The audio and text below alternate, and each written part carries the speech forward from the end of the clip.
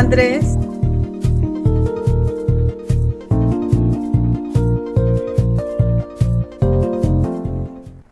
Bueno, continuamos ya desde el foro. Vamos a seguir con este tema. Estamos al aire en este momento. Conéctense ya, por favor.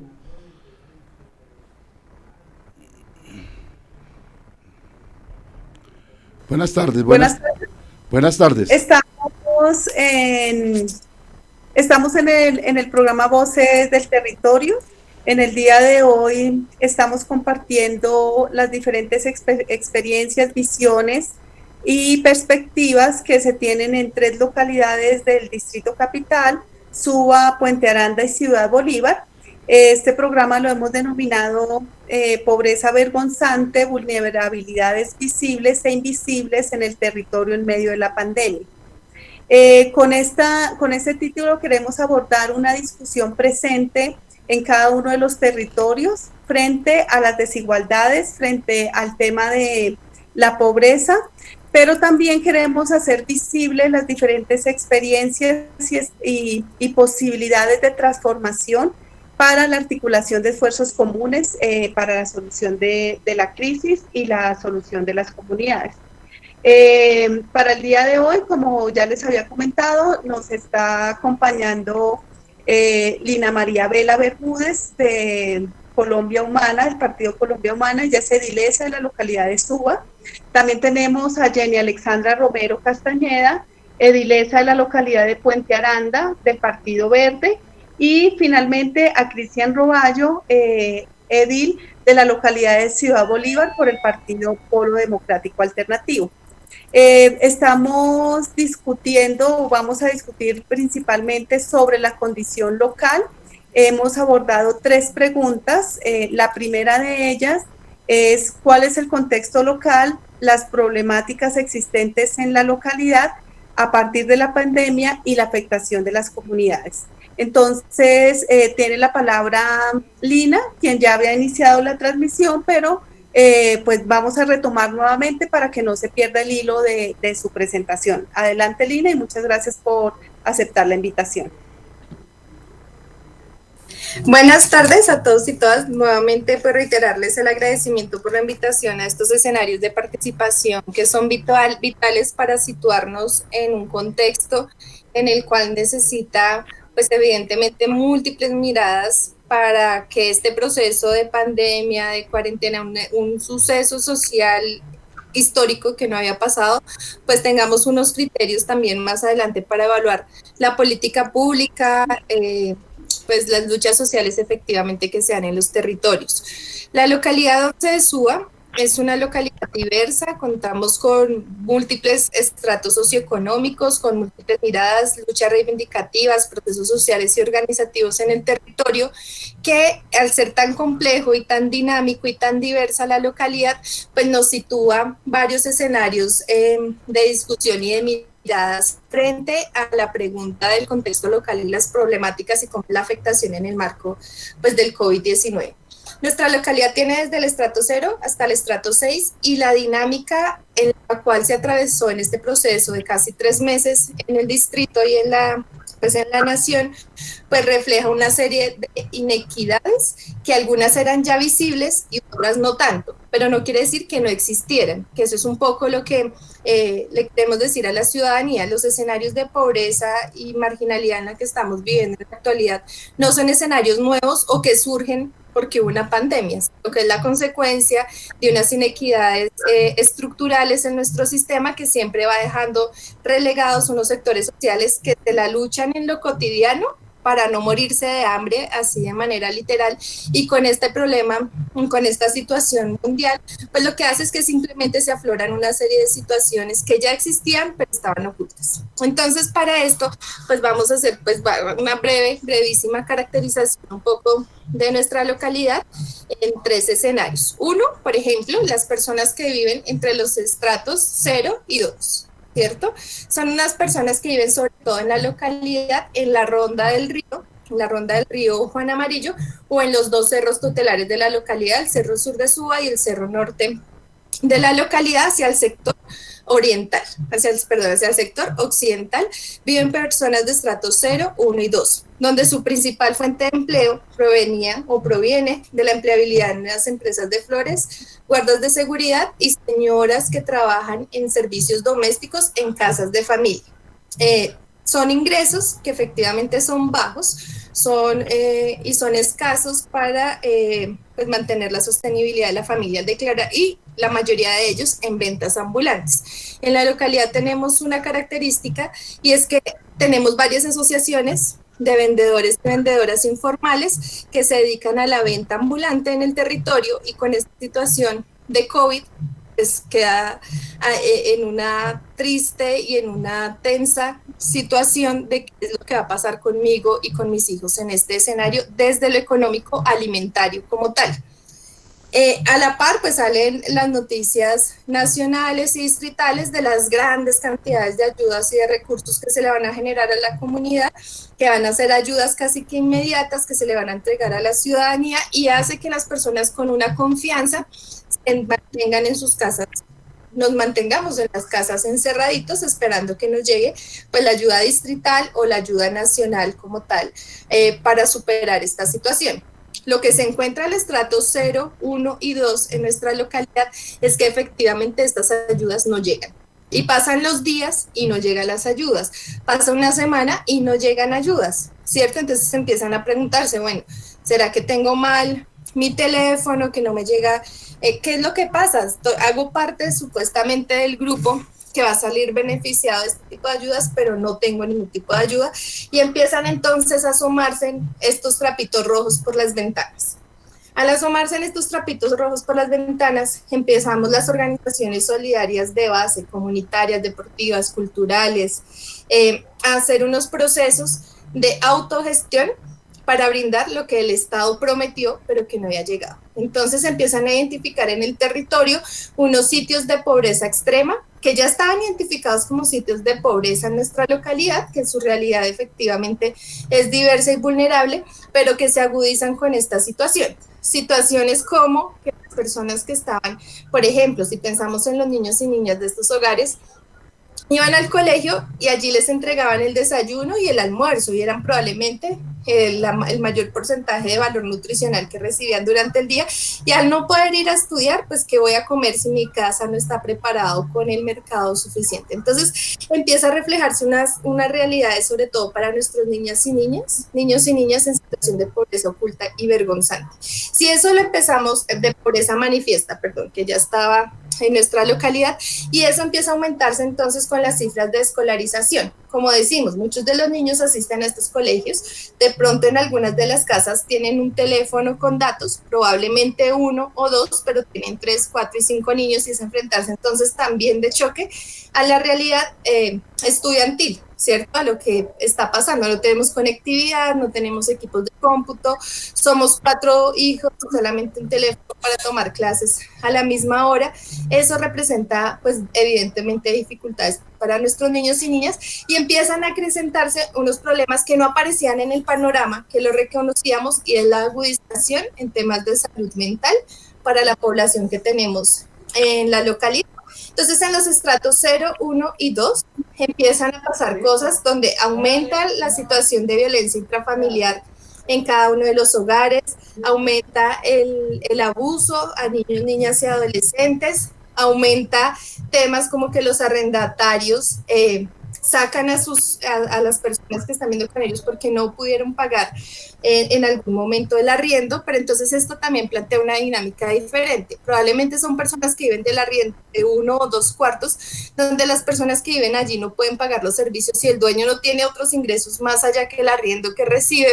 Entonces es una situación bastante compleja que se presenta en estos estratos 0, 1 y 2. Las organizaciones sociales hacen presencia en las casas identificadas con los trapitos rojos y se empieza un proceso de autogestión y de fortalecimiento de redes. Entonces aquí se crea, por ejemplo, Suba Solidaria, por 1 kilo de amor, la solidaridad con el cerro, la plataforma Suba, que no es más que un ejercicio de autogestión de las organizaciones sociales, donde buscamos ayudas, recursos y entregamos de alguna manera pues esos alimentos que el Estado no ha podido entregar. Así como más rápidamente me voy a ir porque sé que el tiempo es limitado, para los estratos 3 y 4 hay una situación de personas de lo que se llama socialmente como personas pujantes, echadas para adelante, que crean sus empresas, que crean sus negocios, y cuando llega esta situación de pandemia que no pueden abrir, pues nos damos cuenta que sus ingresos son a diario, muy parecido a los de las ventas ambulantes, guardando distancias efectivamente, pero es la misma situación. Mis recursos son diarios y ya que no puedo salir a laborar, ¿qué va a pasar conmigo y con mi familia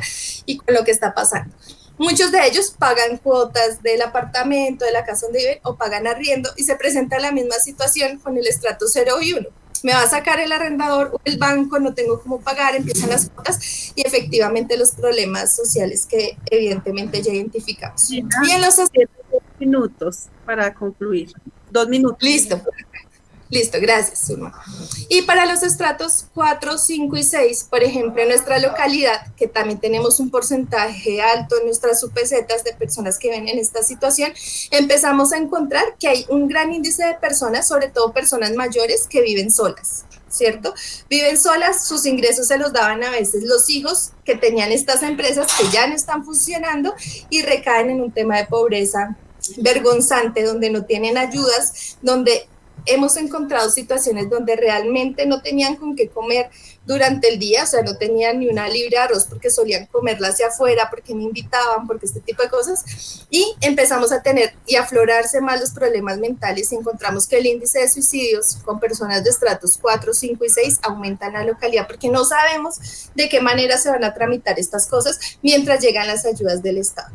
Las ayudas del Estado y que la localidad no se hubiese convirtió en una revuelta de ciudadanía, saliendo a las calles a solicitar que por favor le entregue las ayudas, lo retiene un poco las ayudas solidarias de las organizaciones sociales, locales, comunitarias y territoriales que hacen presencia en nuestra localidad. Entonces se crea como esa barrera por parte de las organizaciones y terminamos haciendo la secularización del Estado en las responsabilidades de lo que está pasando hoy. En la localidad se empiezan a pedir una serie de recursos que no se entregan, pero que las organizaciones día a día pues están entregando. Eso ahí como para la primera pregunta. Muchas gracias. Muchas gracias, Lina, por el análisis y la presentación de las problemáticas de una localidad que, como usted lo decía, pues tiene todos los estratos socioeconómicos y las diversas dificultades que cada uno de estos estratos han tenido que afrontar. Le damos la palabra a Jenny de la localidad de Puente Aranda para que también nos contextualice. Es una localidad diferente pues a Suba, pero nos gustaría que nos presentara pues cuál es ese contexto local, cuáles son esas problemáticas existentes en la localidad y cómo se han venido afectando las comunidades a partir de la presencia de COVID.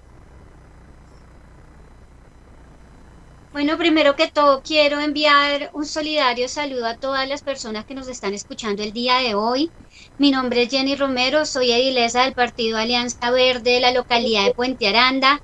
Felizmente también soy docente de profesión, pertenezco al colectivo de nuevos maestros, acompaño también el movimiento del MODET y pues hoy nos encontramos trabajando conjuntamente y articuladamente por nuestra localidad. Puente Aranda es la localidad 16 del distrito capital. Limita con Tunjuelito, limita con Mártires, con Antonio Nariño, con Kennedy y con Fontibón. Puente Aranda tiene 5 UPCs, de las cuales 3 son residenciales, 2 son comerciales, industriales y residenciales. Actualmente se le aquejan problemáticas, diversas problemáticas, las cuales en un estudio muy juicioso con algunos compañeros ediles de la localidad. Doctora Jenny, es que su cámara está volteada. Sí. Está volteada, entonces te ves de lado. Ya reviso. Gracias. A ver qué fue lo que pasó. Ok. Dáleme en un minutico entonces. No se preocupe, tranquila.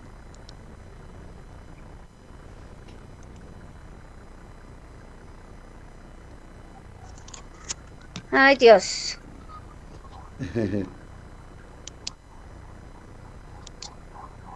Para las personas que se acaban de unir, estamos analizando las diferentes problemáticas que se presentan en los territorios de Bogotá, particularmente Puente Aranda y Ciudad Bolívar.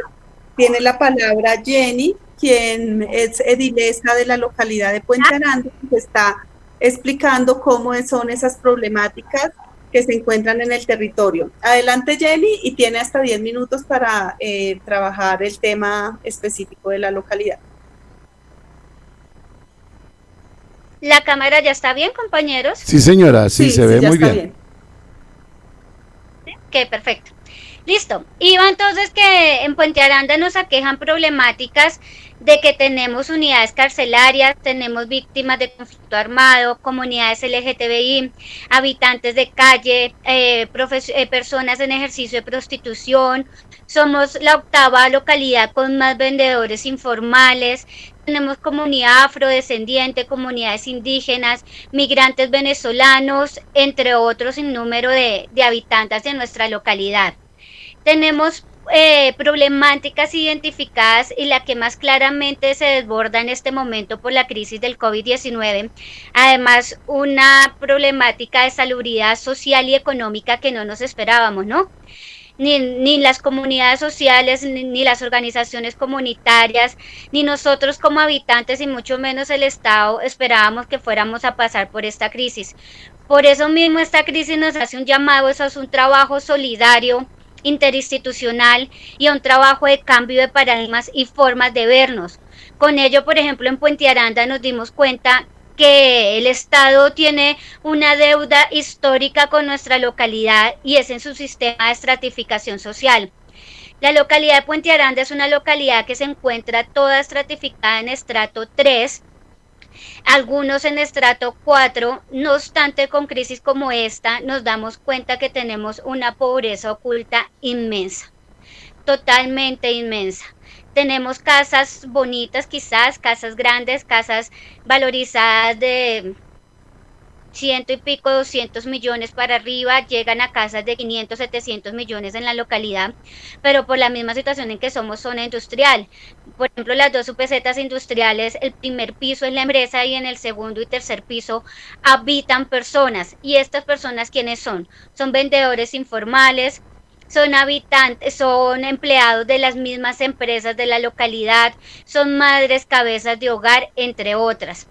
En la localidad de Puente Aranda también nos aqueja que tenemos varios inquilinatos con hacinamiento, tenemos consumo y venta de sustancias psicoactivas, bastante habitante de calle porque tenemos 3 centros en donde de toda Bogotá nos los traen para la localidad de Puente Aranda. Tenemos 3 canales donde pasan ríos de nuestra localidad, de los cuales generan una gran contaminación, pues por las malas prácticas y hábitos que socialmente hemos tenido como comunidad, y además donde allí habitan todos estos habitantes de calle. Tenemos presencia de poco acceso a los servicios sociales, dado la estratificación de la localidad. De igual manera contamos con contaminación ambiental, una cantidad inmensa de material microparticulado dentro de la localidad, generado por todas las empresas que tenemos, lo que nos lleva además a sufrir muchísimas enfermedades pulmonares que nos ponen también en un riesgo alto de poder padecer de COVID-19 en esta época. Tenemos escombros por la cantidad de empresas, contaminación hídrica, residuos sólidos, conflicto social, enfermedades de transmisión de tuberculosis y VIH-Sida, entre otras. Puente Aranda también tiene la vía ferrocarril, es una vía actualmente también abandonada por las instituciones del Estado, en donde, como venía comentando, les habitan bastantes habitantes de calle, hay sectores de plaga, roedores, entre otras.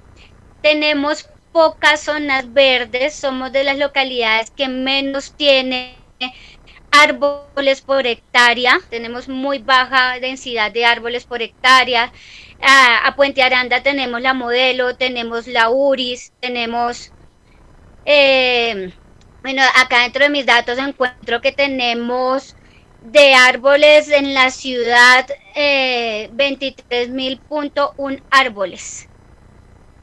Es más de una cantidad inmensa de hectáreas dentro de nuestra localidad.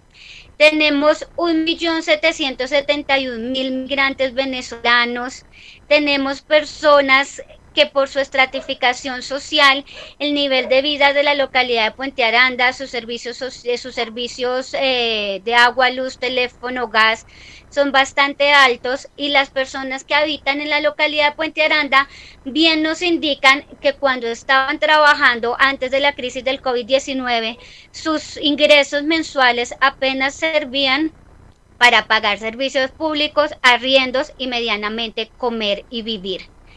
Como les decía, tenemos muchas madres cabezas de hogar, lo que en este momento, cuando entra la crisis del COVID-19, pues muchas personas quedan sin empleo, muchas, como les decía, son vendedoras informales, entre otras. Entonces, este sustento para pagar servicios públicos, para alimentación y para arriendo desaparece. Y al momento de ser una localidad de estrato 3, pues los recursos de inmediato ni las ayudas nos llegan. ¿Qué más les comento que haya pasado con nuestra localidad? Es una localidad también que se mueve bastante con procesos de cultura, procesos ambientales, grupos comunitarios y demás, que también llegan a sufrir una crisis grandísima en este momento, y también una zona de empresarios. La localidad de Puente Aranda es una localidad industrial también, como venía diciéndoles, son dos UPZs comerciales industriales, en donde en el momento del COVID-19 deben cerrar sus puertas. El gobierno nacional le entrega unas ayudas, pero pues estas ayudas lastimosamente son para empresas grandes. Entonces los pequeños y medianos empresarios de nuestra localidad, estamos hablando del restaurante del barrio, la panadería del barrio, la tienda del barrio, la ferretería y demás, los empresarios de la zona de Milenta, del Tejar, entre otros, que hacen uniformes para colegios y demás, pues deben cerrar sus puertas, y ahí queda el ingreso mínimo vital para cada una de las familias totalmente reducido y sin ninguna posibilidad de dónde conseguir para mi diario. Claramente uno escucha a la gente en las calles decir: me quedo en mi casa y evito contagiarme del virus, pero me muero de hambre. Entonces la gente dice: me muero de hambre o me muero del COVID, ¿no? Y es totalmente cierto. Bueno. Los ediles en la localidad de Puente Aranda, ¿se me acabó el tiempo? Tiene un minuto para redondear. Dale, gracias. No, iba a comentar ya rápidamente que debido a esta situación, los ediles de la localidad de Puente Aranda realizamos un análisis grande, presentamos un derecho de petición frente a la Alcaldía Mayor, con la necesidad que nos declararan en urgencia manifiesta y nos tuvieran en cuenta como una localidad que, vista antes del COVID, no necesitaba las ayudas como quizás otras localidades como Ciudad Bolívar, Usme, no sé, pero que en este momento, después del COVID y evidenciando la deuda histórica que, como les comentaba, tiene el Estado con nosotros por una mala estratificación social, pues entramos a ser vulnerables todos. Porque antes yo tenía un empleo para subsistir, comer y pagar mis servicios, pero en este momento no lo tengo. Entonces, ¿cómo voy a vivir? Pero como el Estado me dice que yo soy estrato 3 y no necesito, tampoco me va a llegar una ayuda. Es allí donde teníamos grandemente la preocupación antes de que la localidad la declararan en urgencia manifiesta. Gracias, Jenny. Muy interesante pues el análisis respecto a cómo una localidad que aparentemente no tiene unas necesidades específicas o digamos personas que estén en vulnerabilidad ingresan a estos esquemas, y adicionalmente pues muestran, o sea, nosotros desde el MODEP también planteamos que no es que la crisis no existiera, que la crisis hubiera iniciado con la pandemia, sino que se presentan y muestran las necesidades específicas que tienen también los territorios, pues a diferentes niveles. Le doy la palabra a Cristian Roballo, el edil de la localidad de Ciudad Bolívar, que nos gustaría que nos presentara pues ese contexto local y las problemáticas existentes a partir de la pandemia y la afectación de las comunidades. También tiene hasta 10 minutos para abordar esta pregunta. Bueno, pues muchas gracias a todo el equipo del MODEP, a Santel Radio, a todo el equipo de Dilesas de Suba y de Puente Aranda. Este espacio es muy importante para seguir tejiendo entre todos como una mirada de ciudad y también de búsqueda de soluciones entre todos ante la situación que vivimos. Bueno, Ciudad Bolívar tiene complejidades también bastante fuertes. En este territorio se desarrollan megaproyectos como la minería, como el manejo de los residuos a través del botadero de Doña Juana, y la atraviesan varias cuencas hídricas y el río Tunjuelo. Bajo esa mirada, la localidad de Ciudad Bolívar pues ha tenido unas problemáticas históricas y estructurales que hacen que precisamente la pandemia desnude aún más la situación que viven las comunidades. Podríamos decir que un 60% de esta población está en el marco de ingresos de supervivencia, es decir, hay una pobreza que rondea por varios territorios, pero también hay pobreza extrema, y esto hace que la situación de confinamiento sea aún más dura y que la gente, para sobrevivir en el día a día con el rebusque, pues tenga que soportar aún más fuerte esta situación de confinamiento, dado que vivía del día a día. Eso implica que en algunos lugares el cumplimiento del aislamiento, por ejemplo, de estar a 1 metro de otra persona, de tener tapabocas, de lavarse las manos permanentemente o de tener un antibacterial, pues esto no es una decisión que una familia pueda tomar, es que necesariamente allí no existen las condiciones socioeconómicas para hacerlo. En el caso de la vivienda informal en Ciudad Bolívar debe estar rodeando unos 30.000 predios. De esos 30.000 predios, pues la gente vive en un cuarto, en unas condiciones de infraestructura bastante complejas, y en muchos casos de estos polígonos pues no hay acceso al agua potable y a sistemas de alcantarillado que permita que la gente pueda lavar siquiera sus manos por lo menos una vez al día. Y en otros casos la gente puede tener estos servicios pero no tiene ingresos económicos. Entonces eso hace que la decisión de quedarse en su casa sea bastante compleja, sea bastante difícil de asimilar y tenga que salir a buscar una forma de ingresos para su familia. Las ayudas humanitarias que se han venido diseñando, pues de una u otra manera ayudaron a ciertos territorios, han ayudado en el marco de estas decisiones de la administración distrital. Sin embargo, no son suficientes, y por eso muchas de las comunidades en esta pandemia lo que hicieron fue salir a protestar. El trapo rojo y la protesta, así como veníamos del cacerolazo, terminó el trapo rojo siendo un símbolo en donde las comunidades en los barrios dieron a conocer la problemática, han mostrado la necesidad socioeconómica y alimentaria que se vive, y por supuesto en otros casos terminó siendo fuente de organización para protestas espontáneas, en muchos casos sin mayor coordinación, pero con expectativas de poder exigirle a las autoridades distritales, públicas y a diferentes actores la necesidad de ayudas humanitarias solidarias para soportar esta pandemia. De una u otra manera, esto también desnuda que en Ciudad Bolívar los homicidios de jóvenes se mantienen. En los últimos 3 años estamos hablando de alrededor de 400 asesinatos de jóvenes entre 14 y 28 años.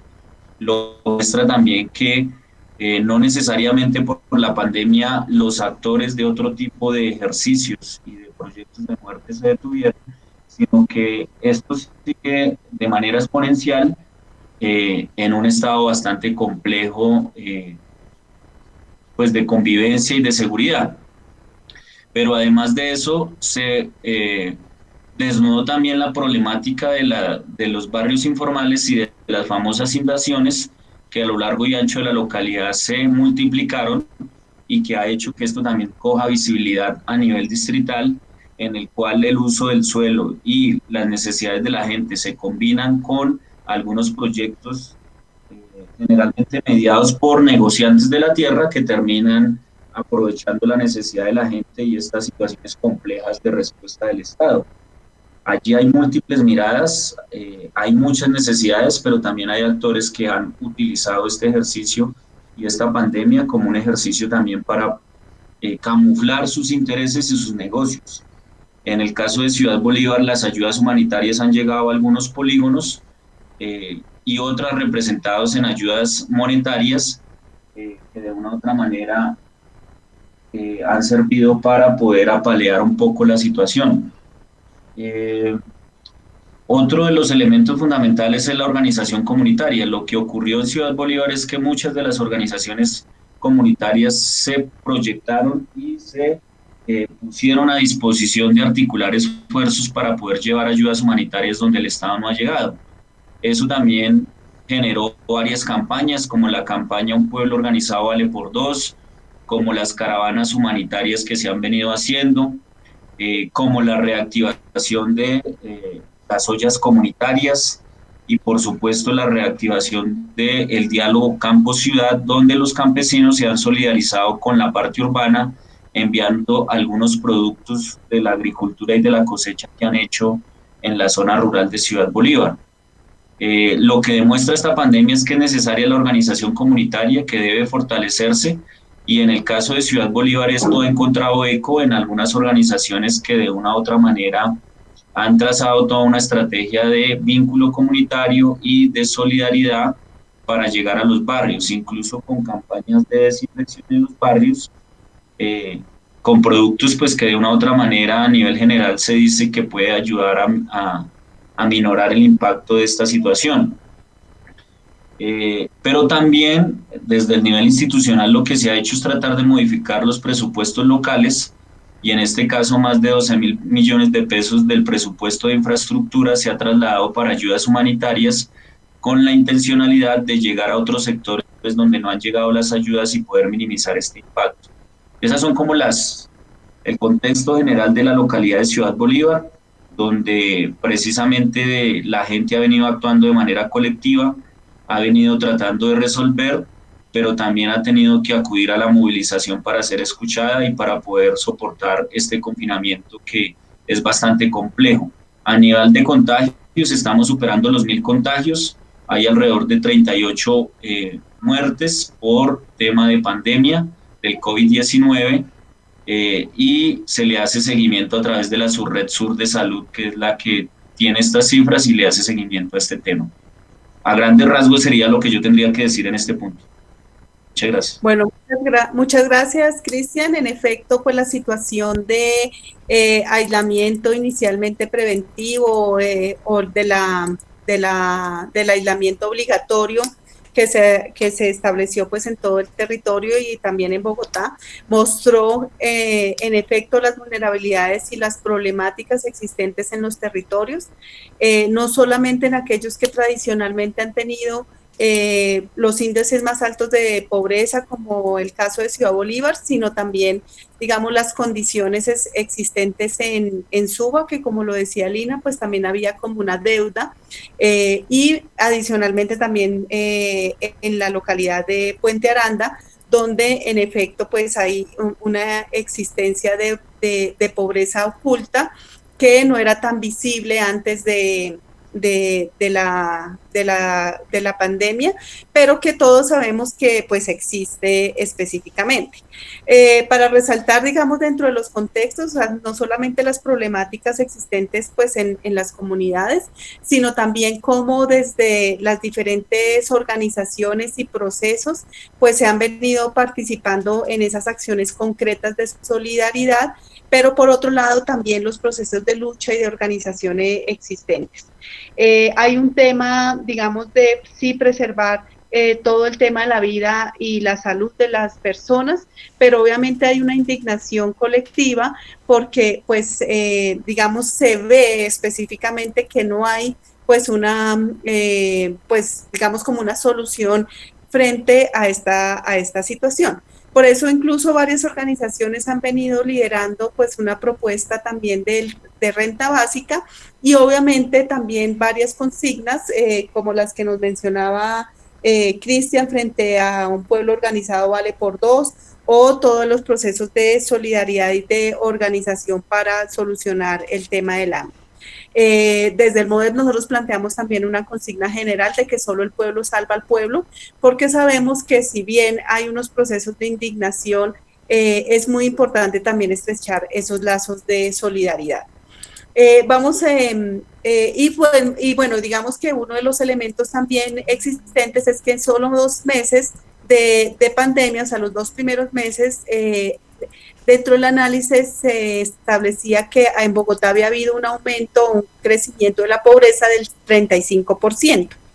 Y esto, digamos, no tiene que verse solamente de la noche a la mañana, sino que en efecto, pues, todo el tema de informalidad, alrededor del 48%, donde principalmente las mujeres hemos sido pues una de las también de los grupos más afectados. Entonces digamos que hay un contexto local complejo, unas problemáticas que se cruzan y unas afectaciones visibles de esas comunidades. La segunda pregunta entonces está enfocada a que bueno, digamos que ustedes ya han abordado algunos elementos ya dentro de la primera pregunta sobre, digamos, los programas existentes, pero nos gustaría también que nos profundizaran sobre cuáles son esas apuestas dentro de los planes de desarrollo local y de los planes de distrital de desarrollo, pero centrado, digamos, también en cómo, digamos, estos instrumentos de ordenamiento nos permiten solucionar o apaliar estas problemáticas existentes en esos territorios. Entonces, tiene la palabra en su orden, iniciaríamos con Jenny, seguiría Cristian y terminaríamos con Lina. Entonces, para esta pregunta tienen 5 minutos para que puntualicen cuáles serían como esos programas, digamos los existentes, pero además las apuestas desde los planes de desarrollo. Adelante, Jenny. Muchas gracias. Sí, debemos resaltar primero las labores de los comunales, quien conjuntamente en la localidad de Puente Aranda han hecho una puesta en escena muy interesante, colaborándole a sus comunidades, haciendo pues recogiendo mercados, haciendo ayudas humanitarias, entre otras.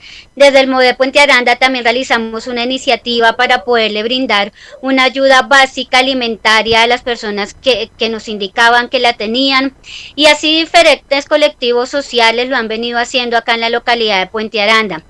Quiero rescatar que bajo el decreto distrital que se expide el 087 del 2020, se decide declarar la urgencia manifiesta en las localidades que aún no lo habíamos declarado. Para ello a Puente Aranda se le hace una asignación presupuestal de proyectos o demás que no se fueran a invertir en este año dado la crisis del COVID-19, como lo fue malla vial y como lo fue estructura de parques, entre otros, dentro de la localidad de Puente Aranda. Y de ahí se saca un presupuesto de 16.965.753. Estos casi 17.000 millones llega el alcalde local, tenemos alcalde local encargado hace más aproximadamente 1 mes y medio, y él declara la urgencia manifiesta en la localidad. Esta es una puesta en escena que nos permite en este momento empezar a caracterizar las personas de su territorio y empezar a evidenciar unas ayudas ya aquí. Como les venía comentando, era muy poca la gente que se había beneficiado de uno que otro ayuda o mercado o traslado de bonos o entre otras, porque somos una localidad en estrato 3. A partir de la declaración de la urgencia manifiesta, el alcalde local se pega una lucha grandísima, porque hay que reconocerlo, porque la localidad de Puente Aranda se empieza a visibilizar y se empieza a evidenciar esa pobreza oculta, que además en ningún censo está caracterizada.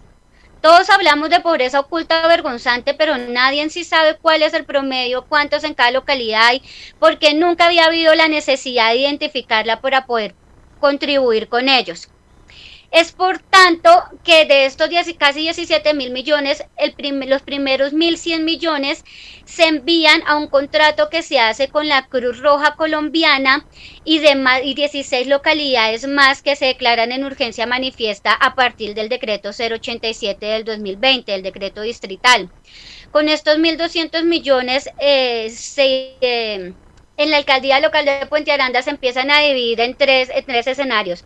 Uno, una ayuda con mercados para las personas de la localidad. El segundo, bonos o traslados en efectivo como se han venido haciendo. Y el tercero, ya sea una ayuda para monetaria para servicios, impuestos o para comunidades migrantes que quieran regresar a sus sitios. Es así como se inicia esta organización. Apenas esta semana se han empezado a entregar las primeras ayudas de la urgencia manifiesta en la localidad de Puente Aranda, pero poco a poco se ha ido evidenciando la atención, lastimosamente 2 meses después, pero pues la atención a algunas comunidades vulnerables.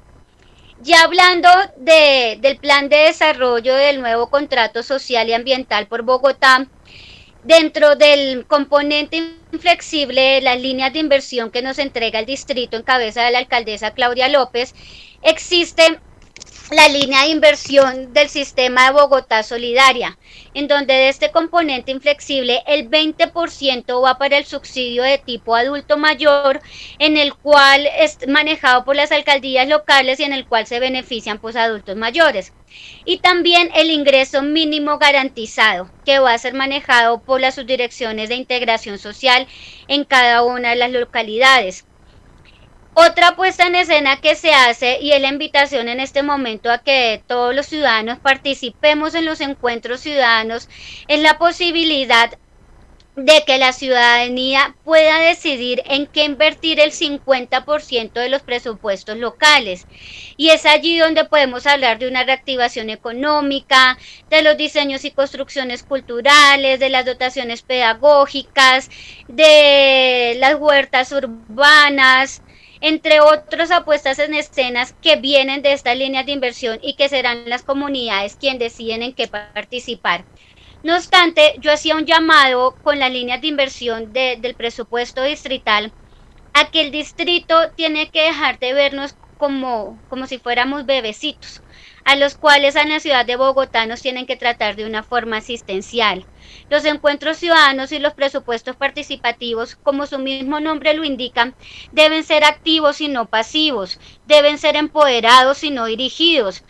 El pueblo colombiano, y en este caso cada uno de los habitantes de cada una de las localidades, tienen que ser quienes indican que no solamente cuando necesitamos un plato de comida nos los vienen a dar, como en este momento, dada la calamidad del COVID-19, que solamente si no nos quedamos donde vivir nos vienen y nos ubican donde vivir, sino esa puesta en escena y esa inversión en ciencia, tecnología, salud, educación, en donde nosotros como comunidad podamos decidir y empecemos a participar en esos procesos y hacernos más grandes. En cada una de las localidades, el distrito también nos tiene que dejar de ver como Bogotá en general y poner unas líneas de inversión igual para cada localidad, porque nos acabamos de dar cuenta en el análisis de la pregunta pasada que todas las localidades somos totalmente diferentes y las necesidades desde la puesta en escena del territorio son grandemente diferentes.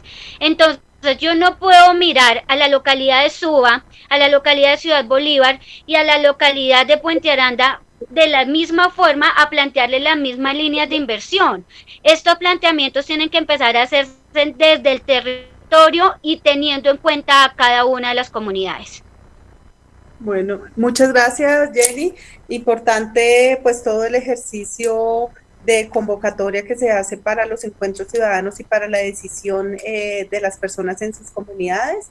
Le doy la palabra a... Qué pena, Zulma, déjame de último, por favor, es que tengo acá un problemita.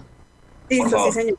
Entonces, Lina, la pregunta específica frente a los diferentes programas que se encuentran en los territorios y cuáles son esas apuestas desde los programas de desarrollo local y desde el programa distrital de desarrollo.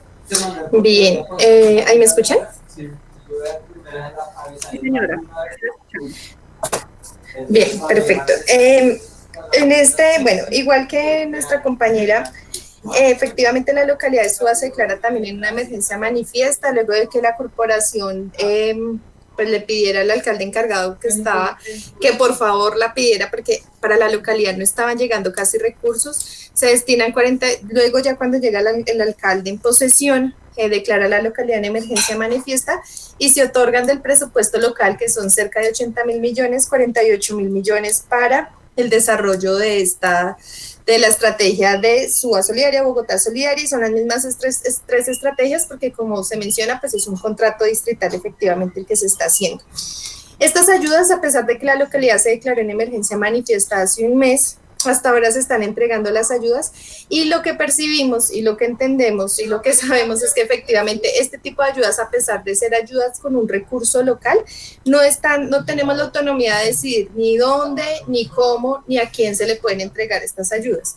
Lo que estamos percibiendo un poco a nivel distrital es que hay una centralización del recurso nuevamente y las alcaldías locales están perdiendo autonomía en la destinación del rubro como tal. Entonces, de estos 48.000 millones se entregan los primeros 10.000 millones de pesos para esta primera fase, pero las alcaldías locales no tienen autonomía de decir a dónde se dirigen estas ayudas. Por lo tanto, el nivel central de la alcaldía mayor define unos polígonos barriales a donde se van a entregar las ayudas y estos lugares o estos polígonos son los que se identifican en pobreza o pobreza extrema en nuestra localidad, pero que igual no son suficientes.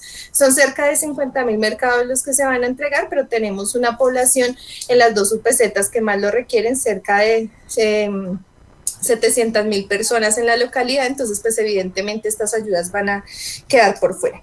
Un poco de lo que sí reconocemos, y yo creo que es de lo que salva un poco el plan de desarrollo, es el tema de hablar de las labores del cuidado. Sabemos que luego de esta pospandemia, pues efectivamente lo que hay que hacer es un proceso de reactivación económica de los sectores que padecieron esta situación de crisis y efectivamente pues las grandes las personas que más padecieron esta crisis pues fuimos las mujeres, por las labores del cuidado, las labores del hogar, pero también por la desvinculación laboral que se vivió al estar la mayoría vinculadas de manera informal en su laboralidad.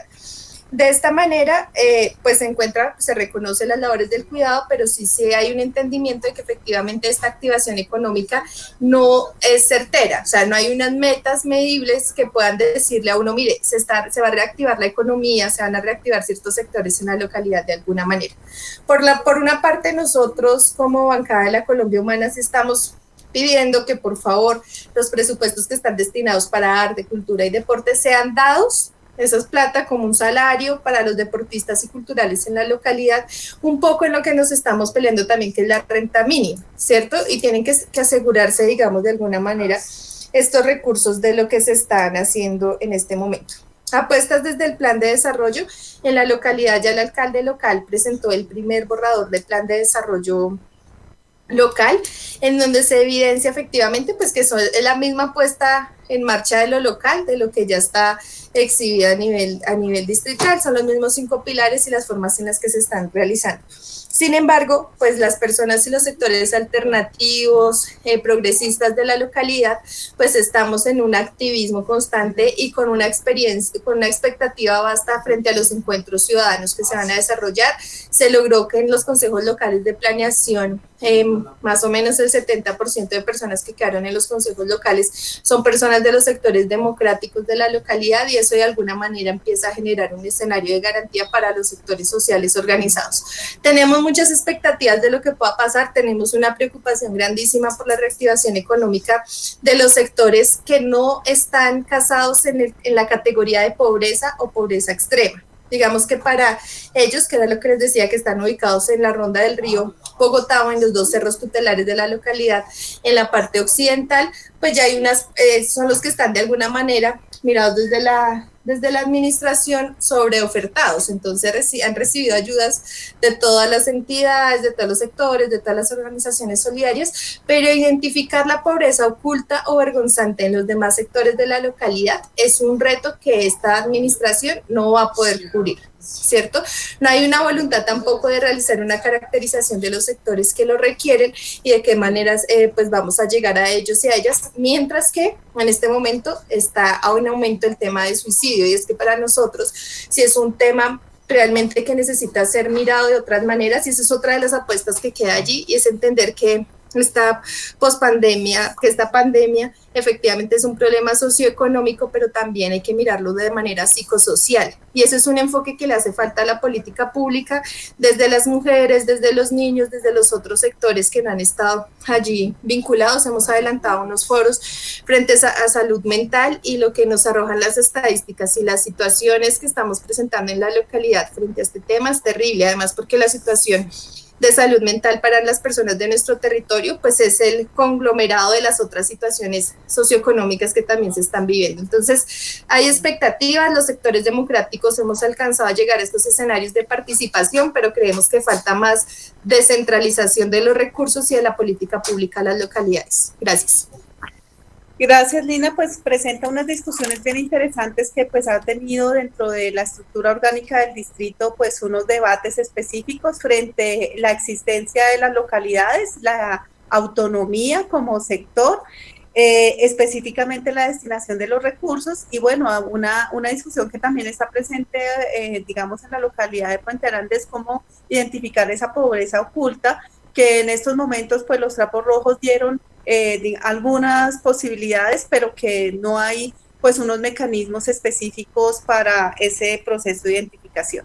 En efecto, el tema, digamos, de los suicidios, el tema de las discusiones frente a la salud, a la economía del cuidado, pues es algo importante que tenemos que revisar también. En el plan de desarrollo hay un énfasis sobre todo el tema del cuidado, pero sabemos que hay unas necesidades muy importantes para resolver cuáles serán pues esos enfoques para identificar el tema. Le doy la palabra a Cristian, que también tiene por 5 minutos el tiempo para exponer cuáles son esos programas en los territorios y cuáles son esas apuestas desde lo local y desde el plan distrital y local de desarrollo.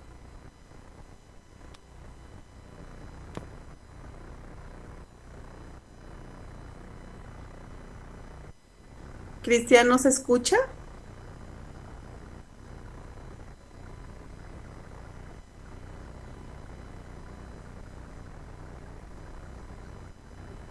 Disculpe, Cristian, ¿nos escucha?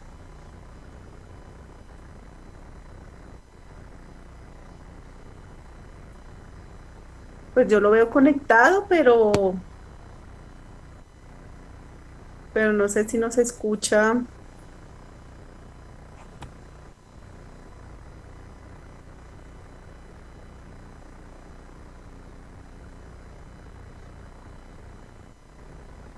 Cristian.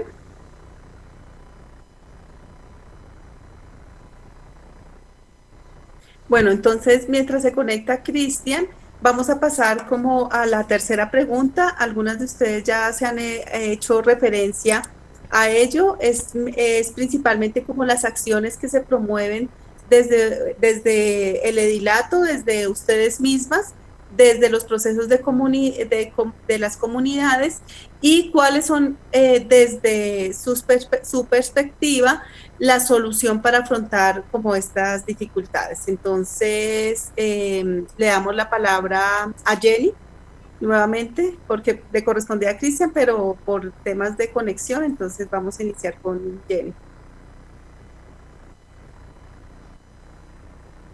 Gracias, Zulma.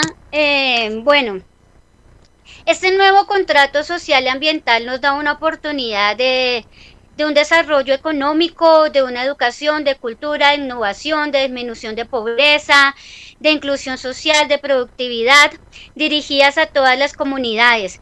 Algo que hay que resaltar, por ejemplo, ahora en los encuentros ciudadanos, es que antes eran solamente 13 ciudadanías reconocidas. A partir de la circular número 013 también nos da la oportunidad que los encuentros ciudadanos participen 33 comunidades diferentes. Hay nuevas ciudadanías. En este momento tenemos que hablar de ambientalistas, de animalistas, de mujer y género, de empresarios, de comunidades indígenas, afro, tenemos que hablar de medios alternativos de comunicación que en este momento son los que nos dan el escenario y el espacio para que la comunicación en nuestras localidades llegue asertiva, y más en tiempos de COVID, donde la presencia, el estar en contacto mutuo, en otra época estaríamos en un auditorio todos hablando de la temática, y en esta época nos tocó virtual. Quienes nos están dando esas oportunidades son los medios de comunicación alternativos y las TICs. Es allí donde una vez más hago el planteamiento de que el Estado no debe ser un Estado asistencial, y nosotros como líderes políticos, líderes sociales, líderes comunales, debemos dejar un poco aparte la búsqueda de que tan solo nos den un mercado o nos quiten el hambre o nos mantengan la necesidad inmediata, sino que se empiecen a generar nuevos procesos constructivos de salud, de educación, empoderamiento ciudadano, entre otras. Una oportunidad que nos da el nuevo contrato social y ambiental es la nueva caracterización y un censo poblacional que además se tiene que dar obligatoriamente pospandemia. No podemos seguir pensando, vuelvo y repito, que todas las localidades somos lo mismo, o que una localidad por estar en estrato 3 pues no tiene ninguna necesidad. Tenemos que empezar a identificar cada una de las variables y cada una de las necesidades por persona. Y de allí tenemos que apuntarle a estas cosas tan básicas. Es por esto que, hablando directamente de mi localidad de Puente Aranda, hay una puesta en escena desde este dilato, y es fortalecer todos los procesos ambientales, ecológicos y animalistas de nuestra localidad de Puente Aranda. La localidad de Puente Aranda es la localidad cuarta en contaminación ambiental. Como les decía al inicio de esta presentación, tenemos un porcentaje altísimo de enfermedades respiratorias, de tuberculosis, VIH-Sida, entre otras. Es allí donde tenemos que hacer una puesta en escena. A los procesos de agricultura urbana, que la gente aprenda a sembrar, que la gente sepa sembrar, que la gente le dé un uso sostenible a sus espacios, que la gente busque la producción de su propio alimento, y además que ello no para satisfacer mi necesidad inmediata, sino para construir sociedad y para construir una sociedad sostenible. Que tengamos más árboles por hectárea en una localidad en donde 2 de nuestras UPZ son UPZs industriales y en donde la contaminación ambiental es bastante alta, en donde nos demos la oportunidad de una construcción social, cultural, empoderada, y en donde cada uno de nuestros estudiantes puedan salir a formarse en una educación superior. El nuevo contrato social y ambiental también nos da la apertura de 20.000 nuevos cupos en la ciudad de Bogotá, de los cuales aspiramos dentro de nuestro plan de desarrollo local y de mano del director del DILE, también que mínimo de esos 20.000 cupos en el territorio, en la localidad de Puente Aranda, unos 120 sean para la localidad de Puente Aranda. Y así poco a poco se pueda ir dando esta transformación. Es totalmente cierto que esto no se va a poder hacer en 4 años. Cambiar a Bogotá no, porque si vemos, esto es un trabajo de historia, de años, de políticos que siempre nos han gobernado, de ideas e ideologías con las que siempre hemos caminado históricamente. Es por tanto que aquí hay que apuntarle fuertemente a los procesos educativos y el cambio de paradigmas. Algo positivo que yo saco de este proceso es que nos puede dar la oportunidad de mirarnos como ciudadanos, de mirarnos como Bogotá, de mirarnos desde las localidades con un paradigma y una perspectiva diferente de la vida, de la sociedad, de mi capacidad de colocarme en los zapatos del otro y de mi capacidad de construir junto al otro, no de construir para mí, como viene pasando, por ejemplo, en los encuentros ciudadanos históricamente, que la gente vota para que le tapen el hueco que tengo al frente de la casa, porque cada vez que salgo me mojo los pies y me vuelvo una nada. Sino que ahorita tenemos que pensar en comunidad y en sociedad. Entonces tenemos que trabajar en Puente Aranda medio ambiente, tenemos que trabajar en Puente Aranda procesos educativos, tenemos que trabajar en Puente Aranda movilidad sostenible, tenemos que trabajar en Puente Aranda productividad sostenible, y en ello pues planteamos lo de las huertas caseras, aceras, planteamos lo de las posibilidades de darle la mano a la madre comunitaria, a la persona que quizás no ha podido ir a la escuela, al vendedor informar con una caracterización clara de su comunidad, cuántos vendedores informales existen en mi localidad, qué oportunidades de estudio para ellos o sus familias tienen, qué oportunidades de reactivación económica y del paso de la informalidad a la formalidad le vamos a dar dentro de la localidad, qué apuesta en escena estamos haciendo para la primera infancia, en donde la base de todo nuestro proceso humano va de los 0 a los 5 años, en donde yo me formo como ser humano, como ser intelectual, como ser emocional, entre otras, y qué estamos haciendo todos para dejar de pensar en un individualismo y empezar a construir. Considero que este es un momento clave y fundamental para dejar de poner los peros a todos y empezar a unir fuerzas entre todos y construir nuevos caminos en pro de nuestra Bogotá. Sí. Gracias, Jenny. Veo que ya se unió nuevamente Cristian, entonces habíamos empezado a abordar la pregunta 3, pero como ya se unió Cristian, vamos a responder los programas que se encuentran en el territorio y las apuestas que tienen en Ciudad Bolívar frente al Plan Distrital y Local de Desarrollo.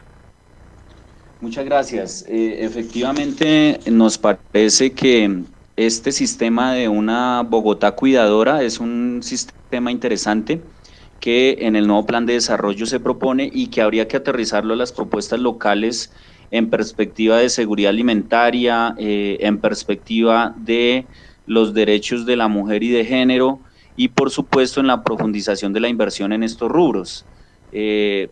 Teníamos unos debates estos días con la Secretaría de la Mujer y no es posible que los servicios se sigan concentrando en ciertos territorios o alrededor de la Casa de la Justicia o la Casa de la Igualdad. Se deben descentralizar estos programas y ojalá volver los programas de acceso permanente con brigadas móviles o otras figuras que pueda llevar, digamos, de una manera más directa a los territorios este tipo de ejercicios. La misma Casa de la Justicia, por ejemplo, en Ciudad Bolívar tiene un bus que lleva servicios móviles a diferentes zonas de la localidad. Creo que desde ahí tendría que proponerse un modelo integrador con otras secretarías como la de la mujer, en perspectiva de esos nuevos programas de alcance para las comunidades. Nos parece que este nuevo plan de desarrollo, si bien es cierto, configura un modelo de movilidad similar en términos de que todo gira alrededor de Transmilenio. Hay una oportunidad, por ejemplo, en Ciudad Bolívar para el diseño, por lo menos de los estudios de la siguiente fase de un cable aéreo hasta Potosí, pasando por el Portal del Sur, que sería interesante para fortalecer un modelo diferenciado de transporte en la ciudad. Esto tendría que cruzarse también con toda la expectativa que se ha generado para el tema de educación superior. En el caso de educación superior, nosotros tenemos una sede de la Universidad Distrital Tecnológica que fue luchada desde el año 91-93 y que fue potenciada con recursos para una nueva sede que tiene una ampliación gigante, pero hoy tendríamos que cruzarlo con programas de acceso a educación superior de carácter público, donde la Universidad Distrital, los colegios, la educación media puedan tener una interlocución y articulación para que los egresados de estos colegios puedan llegar con mayor posibilidad de acceso a la educación superior, por ejemplo, a los programas de la Universidad Distrital en el caso de Ciudad Bolívar. Eso es parte de un ejercicio que se ha venido pensando y dinamizando en debate con las organizaciones y por supuesto con las entidades que están liderando esta expectativa. En el plan de desarrollo se habla de reactivar el tema de los subsidios al transporte para estudiantes de secundaria y para estudiantes universitarios. Si esto es un ejercicio ya y un hecho que queda dentro del plan de desarrollo aprobado en el Consejo de Bogotá, pues lo propio tienen que hacer las localidades, cómo aterrizar un ejercicio de fortalecimiento del acceso a la educación a través de subsidios de transporte y de movilidad escolar. Y en el caso de lo educativo también hay una perspectiva con el nuevo plan de desarrollo que se habla de los 3 grados para la educación infantil. Esos 3 grados, en qué condiciones están, cómo están los colegios en términos de infraestructura, qué inversión se tiene que hacer para acomodar, adaptar a los colegios a la nueva situación de tener 3 grados para la educación infantil y por supuesto la comida caliente que sería necesaria, ya no solamente el refrigerio, sino la posibilidad de que de los estudiantes puedan acceder a comida caliente en los colegios públicos de la ciudad y de la localidad.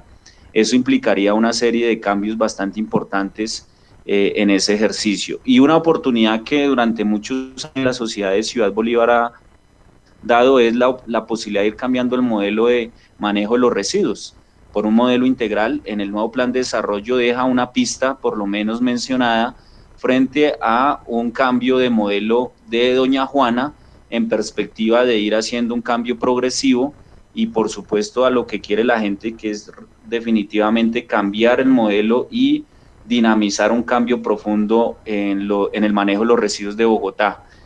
Y el otro componente importante es lograr que el Parque Cerro Seco en Arbolizadora Alta, por ejemplo, y el Parque Altos de la Estancia tengan la inversión necesaria para dinamizar y fortalecer la estructura ecológica principal, las zonas de recreación pasiva de la localidad y los pulmones verdes que necesita una localidad golpeada por la gran minería y por el tema de la Juana y la contaminación en general. Esos son a grandes rasgos algunos temas que se han venido pensando en perspectiva de plan de desarrollo distrital y plan de desarrollo local. Gracias, Cristian. Vamos a abordar la última pregunta con Lina y con usted. Le doy la palabra a Lina. ¿Cuáles son las acciones que se han promovido desde el edilato y qué propuestas de solución tienen desde ustedes y sus comunidades y organizaciones para afrontar la crisis de la pandemia? Gracias, Zulma. Pues desde el edilato la situación está más compleja. No sé cómo la han vivido los otros compañeros y compañeras frente a lo anunciado por Claudia, que es casi, o sea, es desvirtualizar el trabajo de los ediles como un ejercicio representativo también popular para las localidades. No estamos teniendo casi cabida en la participación política local, y a nivel distrital pues han sido varios los señalamientos por parte de la alcaldesa frente al ejercicio del edilato. Entonces, en esta situación es un poco difícil, pero digamos que la pela pues nos la damos los sectores alternativos precisamente para que se reconozca, y es que estamos cargando con una carga histórica de la politiquería, como se venía trabajando, y las nuevas alternatividades que están llegando a estos escenarios de participación, pero que cargamos con el lastre de lo mal trabajado por los políticos anteriores. Entonces, eso implica pues efectivamente un cambio pues que se tiene que dar y que la alcaldesa también tiene que entender, porque pues ella también está allí por sus ediles y edilesas del Partido Verde, del Polo Democrático, que efectivamente pues impulsaron un poco su candidatura. De las propuestas podemos mirarla, y es un poco lo que hemos debatido también desde la Colombia Humana en la localidad, y es efectivamente en el corto plazo y mediano plazo el tema de la renta mínima. Digamos que eso es vital, es importante hacerlo y es posible también, ¿cierto? Es posible poder realizar este aporte de renta mínima a la ciudadanía. Y como propuestas un poco más a largo plazo para el fortalecimiento de la economía de los sectores que vivieron esta pandemia, pues es el poner en práctica, y que no aparece tampoco muy claro en el plan de desarrollo, los ejercicios de economía social y solidaria, y ojalá con perspectiva de género. Digamos que fortalecer esos ejercicios económicos solidarios es una posibilidad de reactivación económica, donde los recursos locales se queden un poco también en la localidad y se activen esos microcircuitos. Un poco con lo que pasó con este COVID es que se acabaron los tapabocas, entonces al otro día todas las casas vendían tapabocas porque los fabricaban en sus casas. O sea, las personas buscan las maneras en las que podamos hacerlos, y esa es la reactivación económica que efectivamente se tiene que hacer. Y cuando hablamos de reactivación económica, social y solidaria, pues estamos hablando en solidaridad con el ambiente. En nuestra localidad tenemos la fortuna de que tenemos una estructura ecológica principal muy rica, pero que hay unos planes de urbanización también, pues en aras de la avenida longitudinal de Occidente, en tema de metro, pues tenemos la Van der Hamen, tenemos lugares que quieren ser puestos en lugares de urbanización y que efectivamente van en contravía de esa solidaridad con el ambiente que estamos produciendo. Solidaridad con los productores y las productoras, que es un poco el ejercicio que hacemos. Tenemos también la fortuna de que nuestra localidad tiene una zona urbana, periurbana y rural, donde están también los productores que efectivamente pueden acercarse a lo urbano y entregar efectivamente sus productos. Solidaridad con la movilidad, una movilidad sostenible, una movilidad más allá del metro, más allá del Transmilenio, perdón, sino es pensarnos efectivamente esas otras movilidades que están. Nuestra localidad es la primera localidad con mayor número de personas que se movilizan en bicicleta y es la segunda con mayor índice de hurto y de asesinato a las personas que se movilizan por este medio. Entonces hay que hacer una movilidad también solidaria y sostenible frente a lo que nos estamos pensando y solidaridad con los sectores olvidados históricamente. El COVID lo que nos permitió ver es que efectivamente hay unos escenarios de desigualdad que han estado ahí presentes, ocultos, que nadie los ha querido ver, que pasamos mirándolos así como los caballitos con estas cosas en los ojos, pero existen y están. Y es una responsabilidad para el Estado efectivamente llegar a esos sectores olvidados históricamente, pero también como sectores, es decir, con las mujeres, con las personas en condición de discapacidad, con los sectores étnicos también que están acá presentes, con las juventudes, con la infancia, con las niñas, que son sectores que efectivamente están allí porque la política pública dice que deben ser atendidos, pero no porque se vea efectivamente la necesidad histórica de poderlo atender. Solidaridad con los nuevos procesos educativos. El COVID también nos ha enseñado que la educación tiene que transformarse. Un poco nos lo mencionaban nuestros indígenas de la Sierra Nevada con el tema del coronavirus, y era que era increíble que con todo esto que estaba pasando el colegio nos seguía enseñando lo mismo y no ponía en sus clases otros temas, como agricultura urbana, como el relacionamiento efectivo y emocional, cómo está nuestra salud mental psicoafectiva, ¿cierto? Cómo están estos escenarios, y creemos que la solidaridad también debe incursionar en esos nuevos escenarios educativos, que tiene que estar allá, más allá de que si es virtual, no es virtual, de que efectivamente se tienen que generar unas garantías para poder estudiarlo, pero es cómo se involucran otros conocimientos que el mundo nos está diciendo que son vitales a esos escenarios. Salimos del colegio sin saber sembrar, salimos del colegio sin aceptar que el único estado de ánimo en el que puedo tener no es la felicidad, existen otros escenarios y no debo sentirme agobiada por eso que estamos viviendo. Solidaridad con los sectores deportivos y culturales, que son los que han mantenido nuestra salud en estos momentos, pero que han sido olvidados. Finalmente, cuando logramos esos escenarios de solidaridad, podemos estar hablando, creemos nosotros, desde un escenario de justicia social, que son las reivindicaciones sociales concretas que piden los sectores que se han pensado y se han luchado en lo cotidiano desde hace muchísimos años, sus procesos organizativos, y que es en el momento de hacer justicia con ellos. Gracias. Bueno, muchas gracias. Dina plantea pues unos temas bien interesantes. Sobre todo lo que tiene que ver con el fortalecimiento de las economías, ya también lo planteaba, digamos, Jenny, frente a la necesidad también de unos procesos de economía, de agricultura también urbana, o de procesos de transformación del paradigma también, para que o sea, se reconozcan también esos saberes tradicionales, pero además se generen nuevos lazos de solidaridad frente a los diferentes sectores. Antes de terminamos con Cristian frente a esta última pregunta, enfocada directamente a cuáles son pues las apuestas que se han venido haciendo desde el Edilato y las perspectivas para salir y afrontar pues la crisis. Bueno, yo creo que la mayor enseñanza de estos días ha sido que el saber de la gente tiene mucho para fortalecerse, y que la unidad de la comunidad es lo que permite que en muchos casos se resuelvan los problemas. Finalmente, la gente no está esperando resolver todo de la noche a la mañana, sino que también tiene problemáticas que se van solucionando poco a poco, y ha encontrado en sus vecinos una alternativa para poder moverse, o en las organizaciones que tiene alrededor. Hemos visto que donde hay más organizaciones se ha minimizado más el impacto de la pandemia. Las comunidades que no tienen organización han soportado la crisis mucho más fuerte.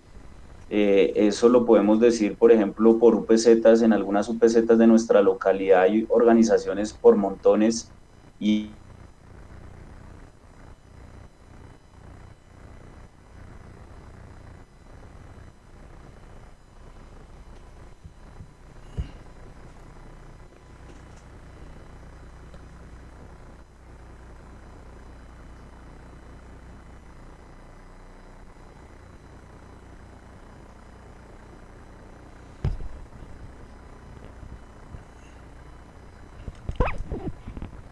estamos en este foro pendientes, se acaba de ir un poco la señal para Cristian, el edil de la localidad de Ciudad Bolívar, pero creo que estamos finalizando un buen tema que ha abordado todas las perspectivas desde estas localidades en cuanto a lo que tiene que ver con esta pandemia. Tenemos una pregunta preparada muy corta, para que nos la puedan resolver desde el punto de vista periodístico. Ya volvemos, vamos a una pausa y ya regresamos en un minuto.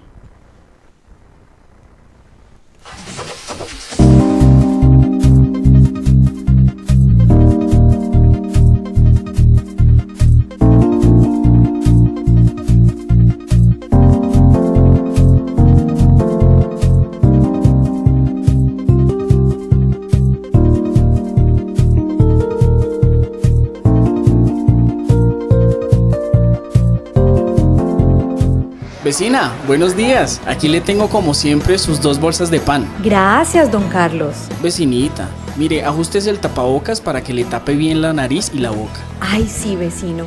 Qué descuido el mío. Muchas gracias. Para prevenir el contagio del coronavirus, el 90% de la gente en Bogotá está usando el tapabocas y espera que usted también lo haga. ¿Y su tapabocas le cubre nariz y boca? En Bogotá, para volver a encontrarnos, estamos aprendiendo a cuidarnos. Alcaldía Mayor de Bogotá.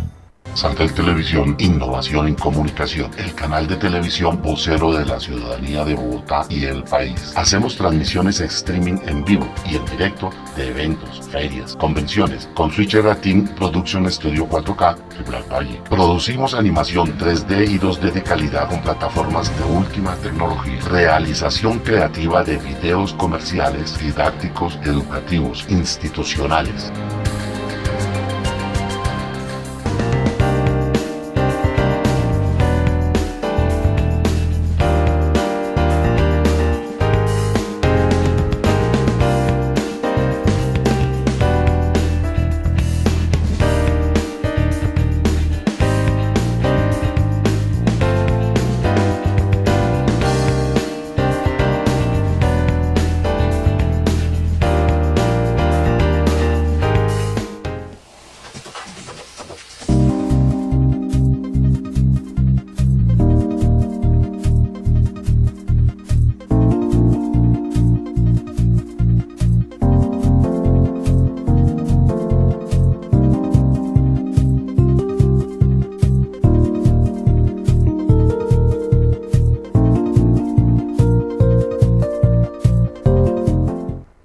Bueno, ya estamos finalizando este tema, algún problema técnico en la transmisión, pero regresamos hacia dar los últimos pasos de este foro sobre la pobreza oculta en estas localidades.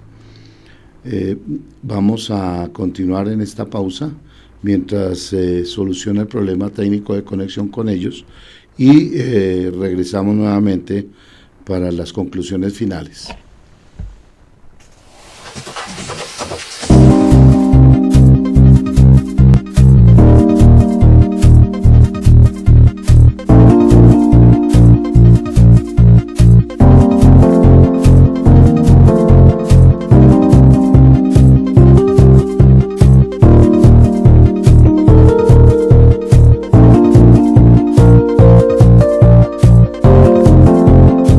Vecina, buenos días. Aquí le tengo como siempre sus 2 bolsas de pan. Gracias, don Carlos. Vecinita, mire, ajústese el tapabocas para que le tape bien la nariz y la boca. Ay, sí, vecino. Qué descuido el mío. Muchas gracias. Para prevenir el contagio del coronavirus, el 90% de la gente en Bogotá está usando el tapabocas y espera que usted también lo haga. ¿Y su tapabocas le cubre nariz y boca? En Bogotá, para volver a encontrarnos, estamos aprendiendo a cuidarnos. Alcaldía Mayor de Bogotá.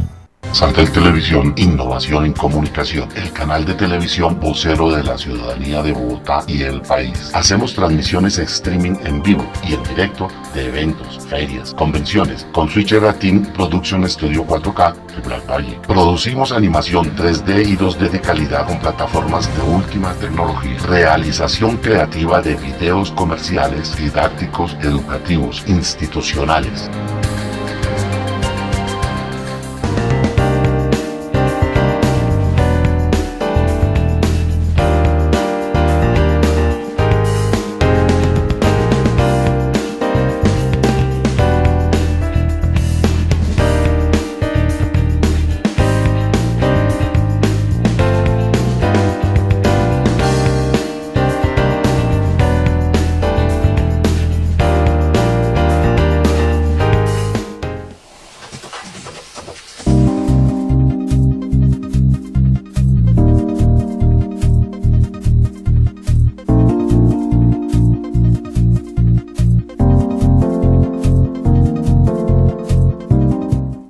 vamos con el foro, ya hubo nuevamente conexión con ellos, entonces su propio mensaje. Vamos adelante.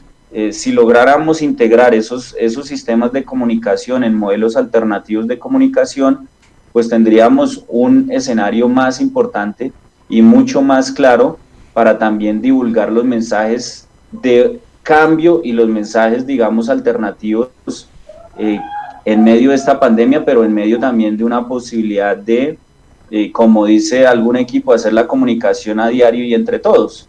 Entonces, creemos que eso también es una oportunidad en este momento, los sistemas de comunicación alternativos y esa mirada, digamos, integradora alrededor de la comunicación. Y lo otro es que la gente, en medio de todo esto, ha despertado un interés mucho más fuerte por hacerle seguimiento a los recursos públicos. ¿De dónde llegó ese mercado? ¿Para dónde va? ¿Cuánto se gastaron? ¿Por qué este precio de tal producto?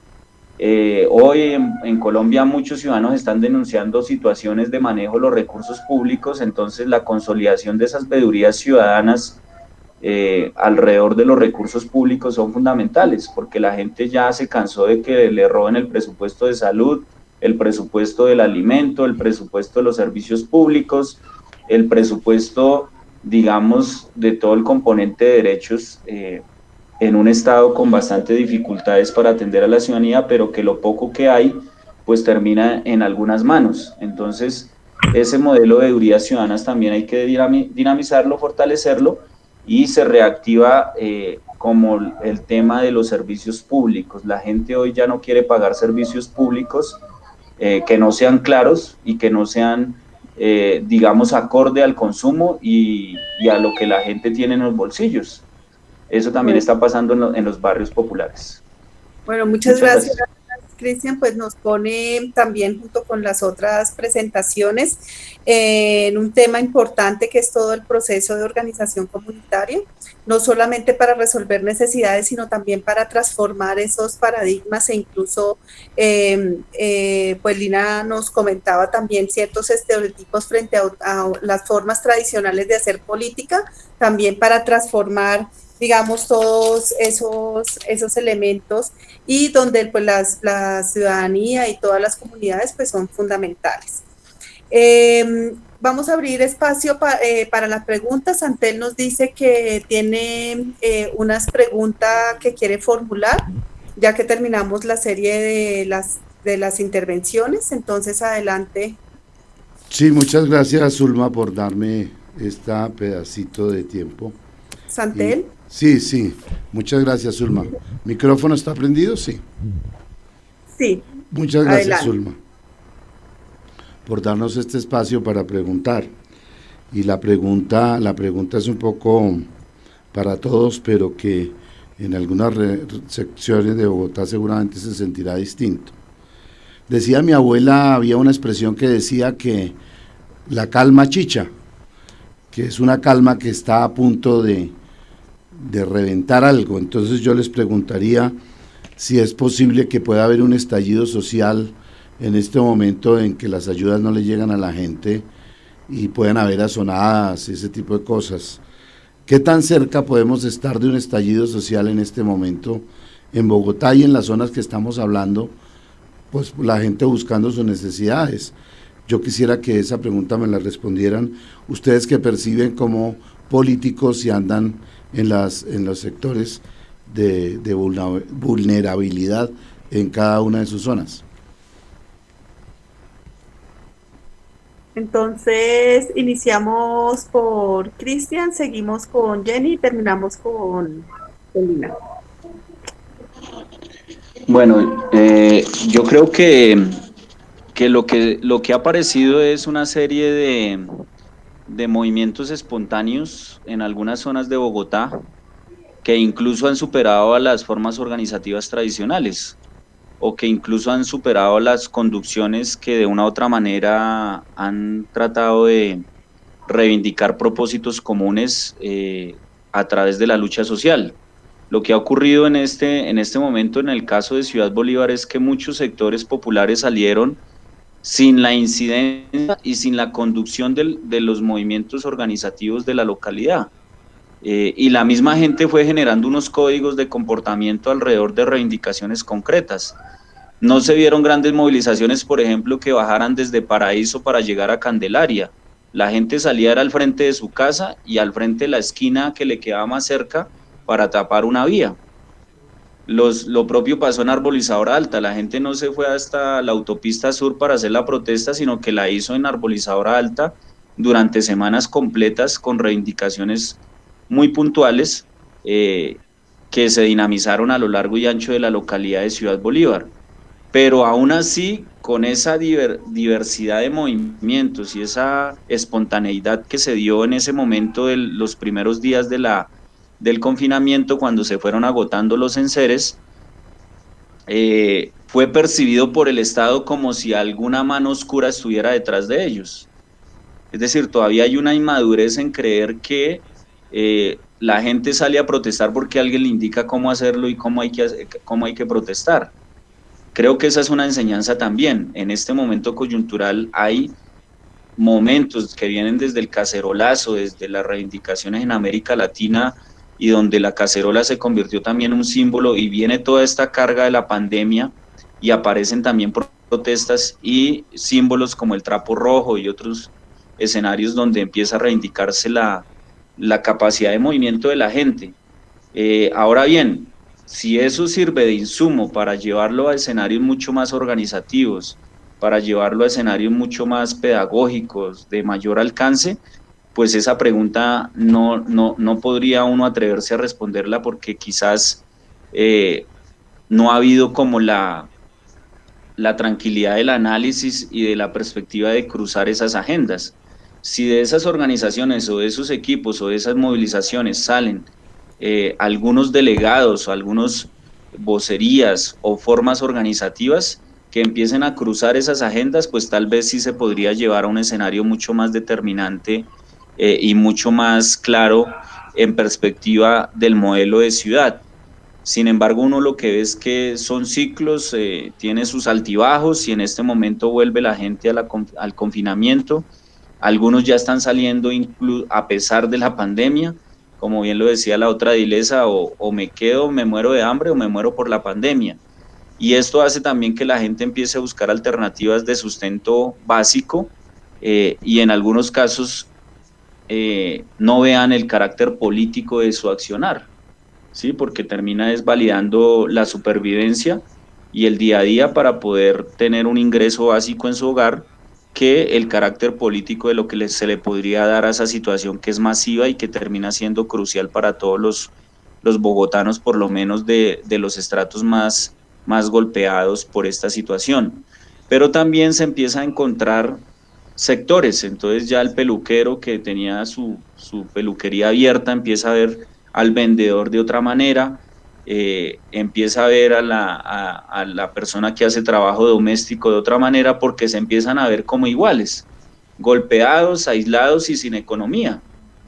Entonces creo que esa lectura también se ha venido haciendo, y desde la perspectiva, digamos, de enfoque de ciudad, pues hay un debate a profundidad sobre, la cadena de abastecimiento de alimentos. Pues muchas de estas situaciones de protesta se dio porque la gente no tenía un ingreso como lo tenía antes, diario, para poder comprar el mercado del día o la papa del día, y por lo menos en esta situación la gente está pensando, bueno, ¿y si esto sigue, hasta cuándo sigue y qué vamos a hacer? Y eso ha empezado a generar algunos sistemas de diálogo entre los campesinos y la parte urbana. Y por último, pues yo cerraría diciendo que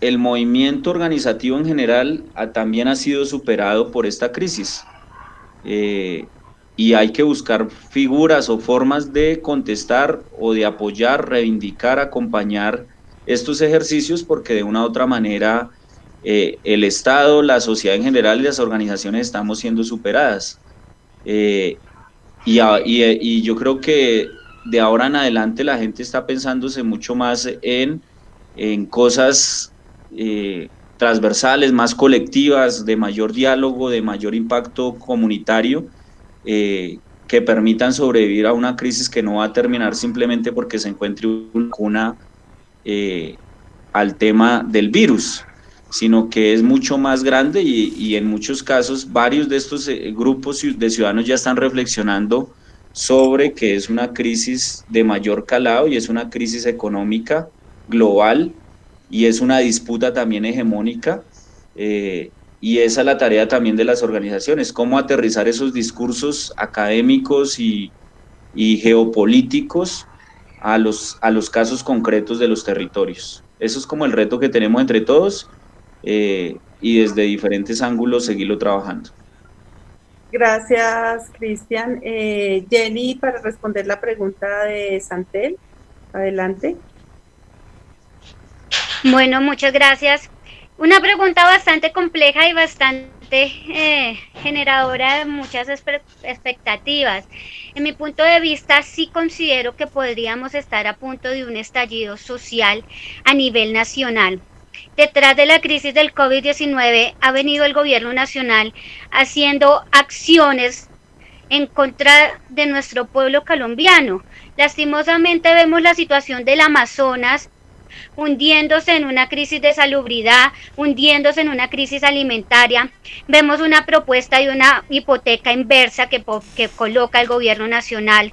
Vemos el pago de una prima en 3 cuotas diferentes, cuando de ello viven muchos de nuestros colombianos para sus cosas básicas, como poder adquirir, por ejemplo, una casa. ¿De dónde pago yo mi primera cuota para una casa? De la prima que me pagan en mi empresa.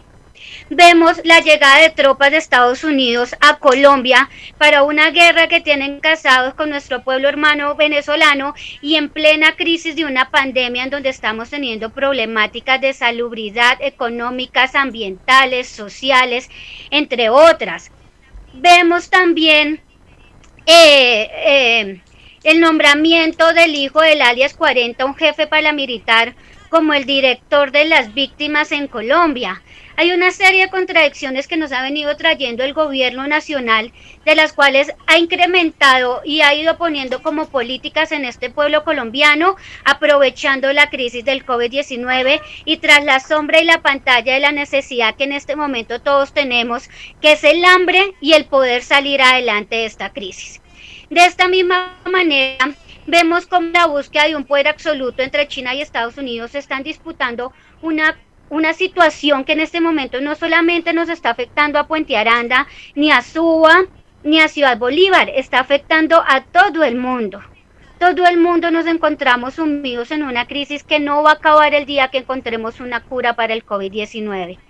Porque la pospandemia va a traer consigo una crisis económica, una crisis humanitaria, y le tengo muchísimo miedo a la crisis social, dado que el aislamiento nos puede generar esa pérdida de humanidad que yo tengo cuando estoy en el contacto con el otro. Y cuando tengo que salir y voy a poder salir a las calles a conseguir mi mínimo vital, quién sabe a qué escenario nos podemos estar presentando a futuro. Con esto también hago el llamado, y me parece muy importante la soberanía de los pueblos y lo que hablaba Almudena al iniciar este proceso. Solo el pueblo salva al pueblo. Es allí donde todos unidos tenemos que empezar a trabajar por nosotros, por crear unos lazos sociales de fortalecimiento social, humanitario, económico, entre otros, para salir de estas crisis juntos y no dejarnos hundir en el desespero, en la falta de alimentación y entre otras cosas que quizás estamos viviendo ahorita, pero posteriormente van a ser peores. Nadie nos garantiza que acabe este COVID y que venga una enfermedad más grave quizás. Y es allí donde tenemos que pensar a futuro y mirar cómo nos dimensionamos y empezamos a cambiar también todos esos procesos como políticos. Ya para terminar, hablando directamente de Puente Aranda, quiero hacerle un llamado en este momento a la administración con la cual trabajo, seguiré apoyando en todo lo bueno que haga, porque tiene muchas visiones excelentes en el plan de desarrollo, pero también seguiré objetando cuando no lo hay. Y es allí donde quiero que se reconozca desde la administración los procesos incorrectos que se están llevando a cabo en este momento con toda la ciudadanía de los barrios por donde va a pasar Transmilenio por la 68. En este momento hay una presión del IDUT en Puente Aranda para que las personas dueñas de estos predios vendan, y como lo llamamos popularmente, vendan a precio de huevo. La administración tiene que dar garantías, porque además estamos en un tiempo de crisis, para que si por allí, ya porque Peñalosa dejó firmado unos acuerdos y unos parámetros los cuales no se pueden modificar y Transmilenio debe pasar, la administración sí debe ser consciente de darle a cada uno de los propietarios lo que merece el trabajo de sus predios en todos estos años y en reorganizar a todas las empresas y a todos los pequeños empresarios que estaban ahí en una zona productiva para poder salir adelante. Muchísimas gracias. Gracias, Jenny. Terminamos esta pregunta con Lina.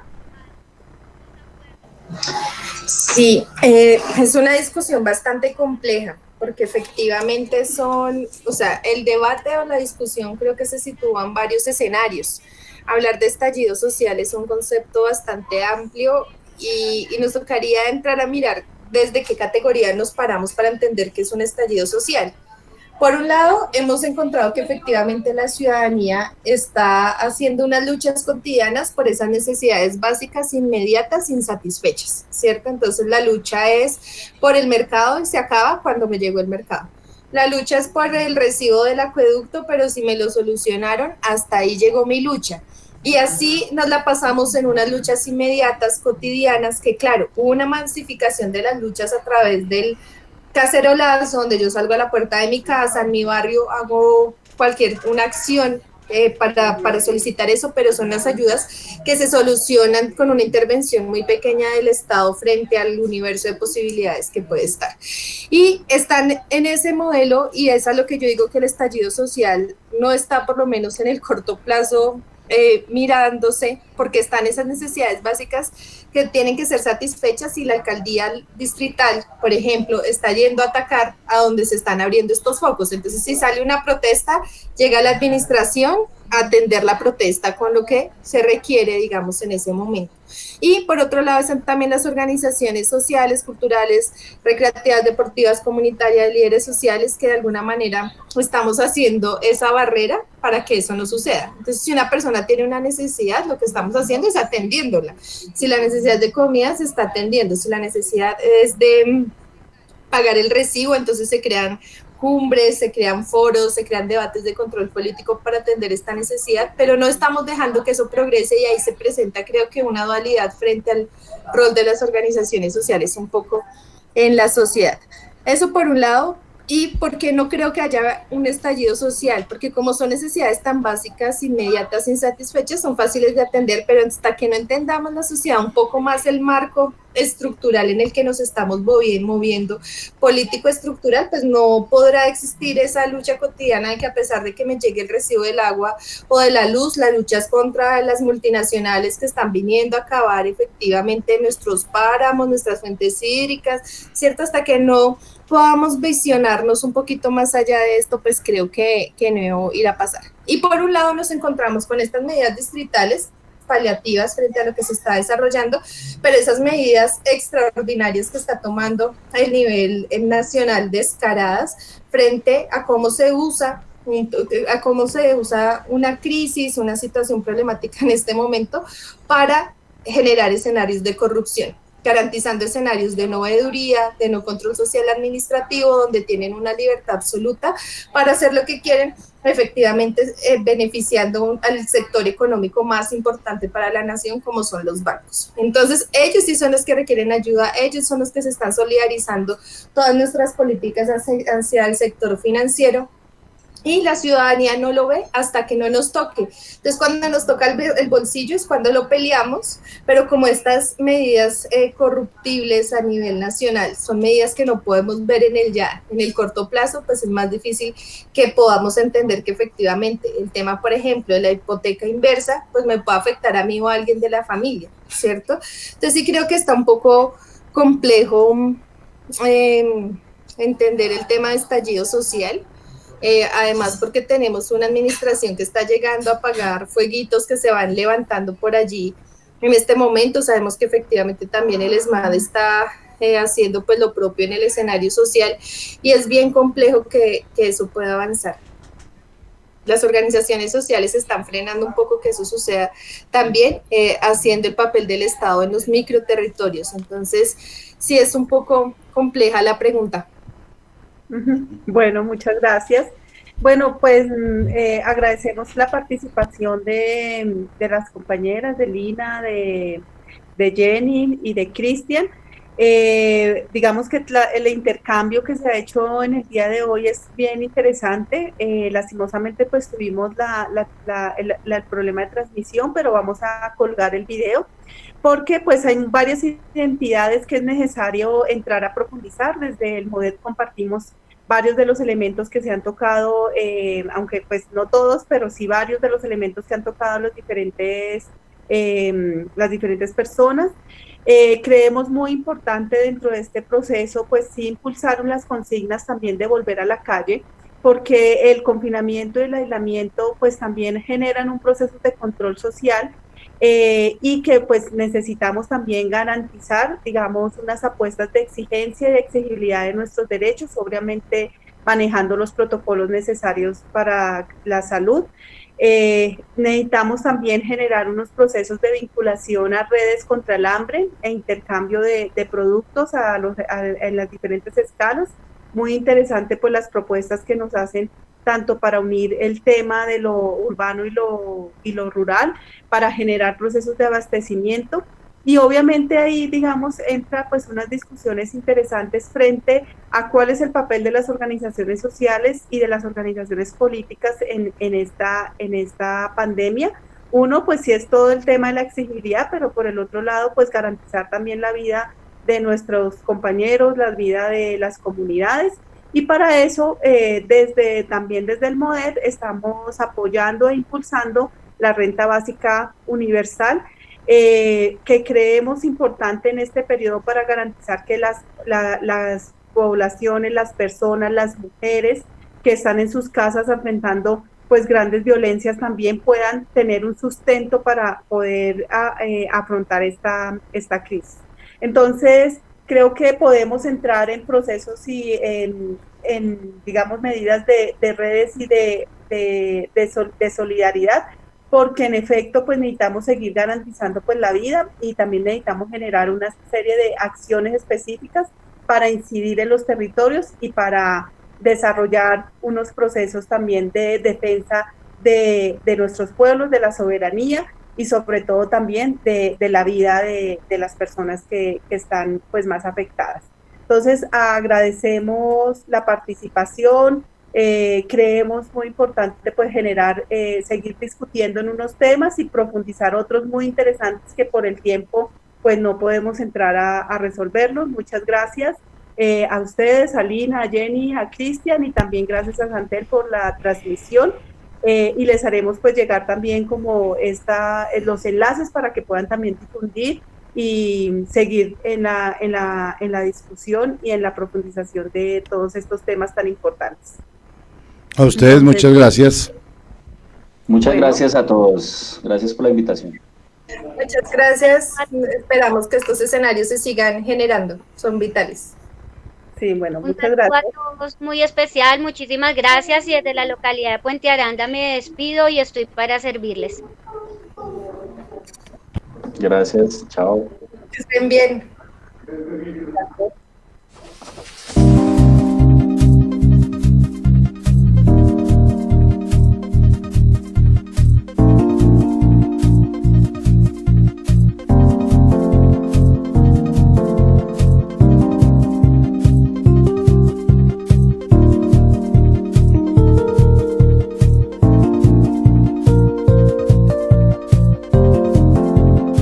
Vecina, buenos días. Aquí le tengo como siempre sus 2 bolsas de pan. Gracias, don Carlos. Vecinita, mire, ajústese el tapabocas para que le tape bien la nariz y la boca. Ay, sí, vecino.